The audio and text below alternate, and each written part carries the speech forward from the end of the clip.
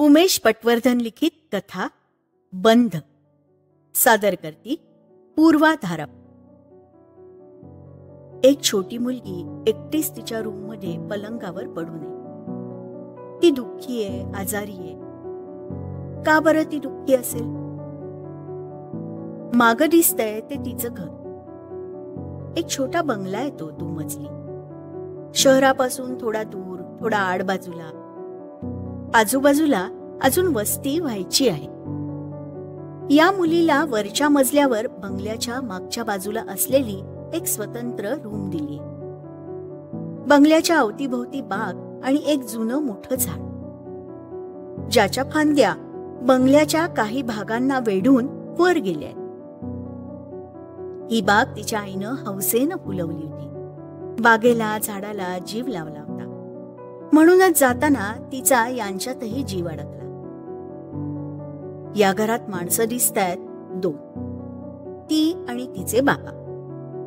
आई नुकतीच देवाघरी गेली. काय असावं बरं कारण? नाही, ते अजून समजलं नाही. एके दिवशी सकाळी उठल्यावर अचानक तिला सांगण्यात आलं, तुझी आई देवाघरी गेली. म्हणून ती सतत आईची आठवण काढते, आईसाठी खंतावते. काय होईल बरं या मुलीचं आईविना? बाबा आहेत ना? हो, पण ते एक खूप मोठे बिझनेसमन. कामाचा व्याप खूप आहे. इच्छा असूनही घरी बसायला आणि तिला वेळ द्यायला त्यांना वेळ नाही. म्हणून ही तशी एकटीच. मग तिचे बाबा काय विचार करतील बरं? या मुलीसाठी तरी दुसरं लग्न करावं, म्हणजे घराला गृहिणी मिळेल आणि मुलीला आई मिळेल.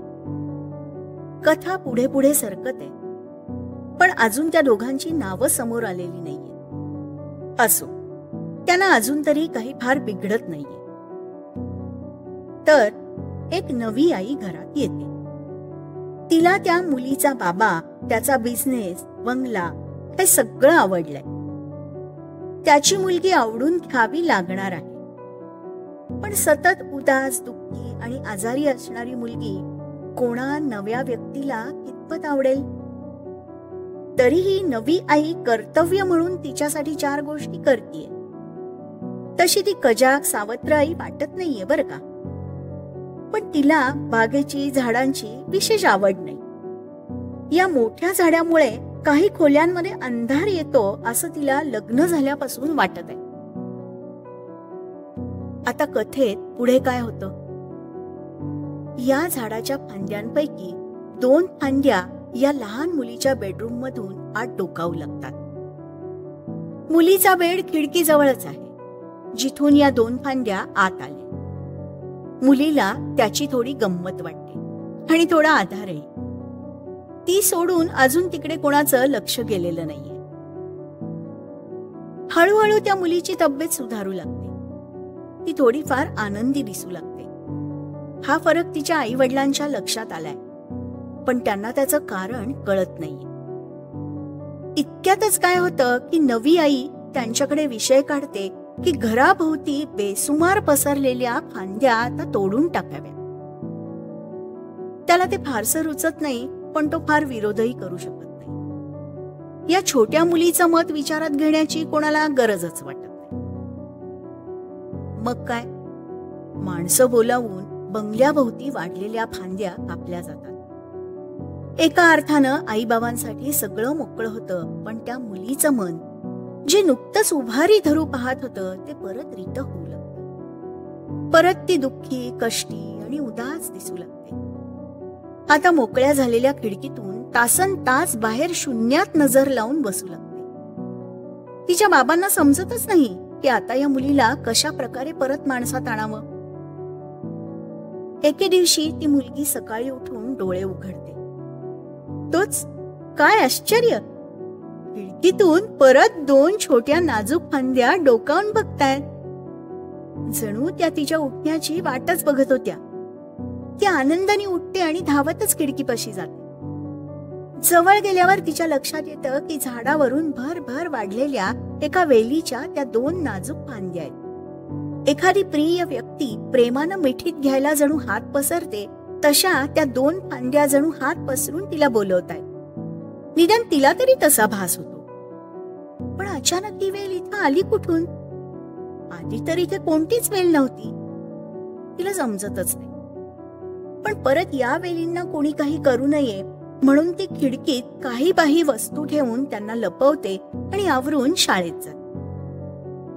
शाळेतून आल्यावरही उत्सुकतेनं ती सगळं सामान खिडकीतून बाजूला करते, तर इवल्याशा त्या फांद्या परत तिला कवेत घ्यायला उत्सुक असल्यासारख्या तिच्या जवळ येऊ पाहतात. तिच्या हाताला कुरवाळू लागतात. तिला सगळीच मजा वाटते. आता मात्र हे गुपित ती कोणाला कळू देणार नसते. मग कोणालाही न कळू देता त्या वेलींना लपून छपून भेटण्याचा तिचा खेळ दररोज चालू होतो. तिची रूम बंगल्याच्या मागच्या बाजूला एका कोपऱ्यात असल्याने बाहेरून पाहणाऱ्यालाही त्या वेली सहज दिसत नसत. हे सगळं सुरळीत होत असतानाच एका रात्री ती मुलगी गाढ झोपलेली असताना जोराचं वादळ येऊन मुसळधार पाऊस पडू लागतो.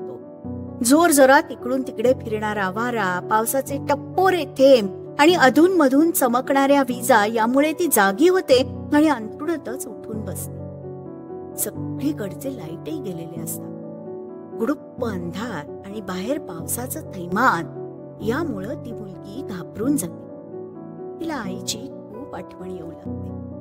पटकन कुठून तरी आई यावी आणि आपण तिच्या कुशीत शिरावं असं तिला तीव्रतेनं वाटू लागतं.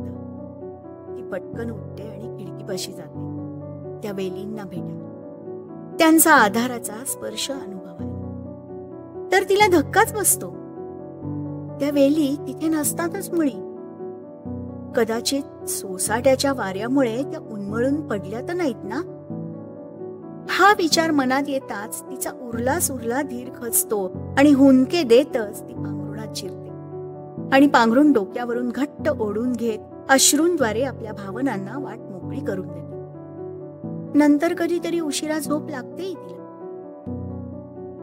पहाटे केव्हा तरी तिला जाग येते तेव्हा नुकतंच उजाडायला लागलेलं असतं. पाऊस थांबलेला असतो. कालच्या रात्रीचा प्रसंग आठवून आजही तिच्या अंगावर शहारा आहे. ती पटकन खिडकीशी जाते आणि पाहते तर काय, वेलीच्या त्या 2 नाजूक फांद्या जणू तिचीच वाट पाहत असल्यासारख्या माना डोलावून तिचं स्वागत करतायत. तिला ते पाहून अतिशय आनंद होतो. ती खिडकीतून किंचित खाली डोकावून पाहते. कालच्या वादळ वाऱ्यात बरीच पडझड झालेली असते. झाडाच्या छोट्या मोठ्या फांद्याही झोडपून काढल्यासारख्या वाकलेल्या किंवा उन्मळून पडलेल्या असतात. या सगळ्यात या नाजूक वेलीला कसं काहीच झालं नाही, तिला प्रश्न पडतो. पण तो प्रश्न थोडा बाजूला सारून ती त्या वेलींना नाजूकपणे हातात घेऊन कुरवाळू लागते. त्या वेलीही तिला कुरवाळू लागतात. पण अचानक काय होतं कळत नाही. पण त्या वेलींचा वेढा तिच्या नाजूक हाताभोवती बसतो. तिला आधी हा नेहमीचा प्रकार वाटतो. पण वेलींचा विळखा हाताभोवती घट्ट होऊ लागतो आणि तिला आपल्याकडे खेचू लागतो, जणू तिला कुठेतरी घेऊन जाण्यासाठी. ती आता थोडीशी घाबरते. आपल्या हातांना सोडवू पाहते, पण त्या वेली जणू तिला आता सोडणारच नसतात. वेलींचा विळखा घट्ट होऊ लागतो आणि तिचे हात खेचले जाऊ लागतात. तिच्या बालमनाला हे सगळं कल्पनेपलीकडचं आणि अतर्क्य वाटतं. ती जीवाच्या आकांताने किंचाळते, आई! तिचा तो आर्तस्वर ऐकून जणू वेलींचा विळखा सुटतो आणि तिचे हात मोकळे होतात. आई! भरून आलेल्या डोळ्यांनी ती काही क्षण त्या वेलींकडे एकटक पाहत राहते. नंतर एकदम काही एक सुचून तशीच पळत खाली जाते झाडाच्या बुंध्याशी, जिथून त्या 2 वेली वर तिच्या खिडकीपर्यंत गेल्या. झाडाच्या बुंध्याशी तिला जमीन नेहमीप्रमाणे सपाट वाटत नाही. तिथली माती खणून परत पसरल्यासारखी भुसभुशीत दिसते. परत काही एक सुचवून ती बंगल्याच्या एका कोपऱ्यात बागकामाचं सामान ठेवलंय तिथे जाते आणि तिथून एक कुदळ घेऊन येते. आता एक अनामिक शक्ती तिच्यात संचारली. तिच्या वयाला न शोभणाऱ्या ताकदीनं ती बुंध्याची भुसभुशीत वाटणारी जमीन खणून काढते. ओढ आत खणल्यावर थोडा कुबट वास येऊ लागतो, पण तरीही त्याची पर्वा न करता ती खणत राहते.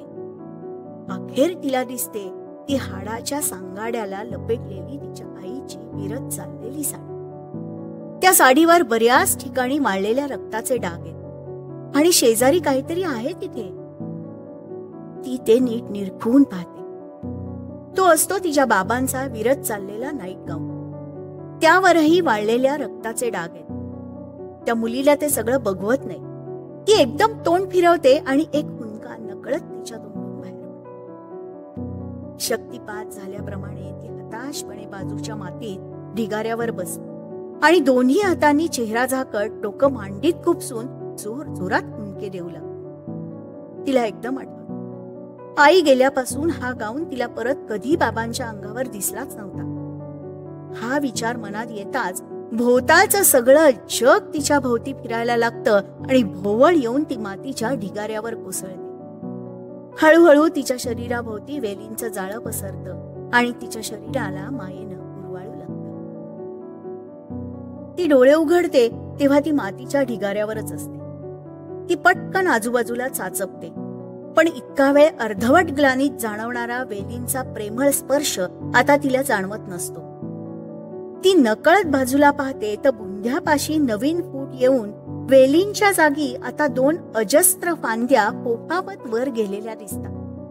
त्या फांद्यांवर सहसा न दिसणारे मोठे अणकुचीदार काटे दिसत आहेत, जणू एखादं धारदार शस्त्रच. ती अजून थोडी वर पाहते तर तिला दिसतं की त्या फांद्या हळूहळू आता तिच्या बाबांच्या खिडकीतून आत शिरतात.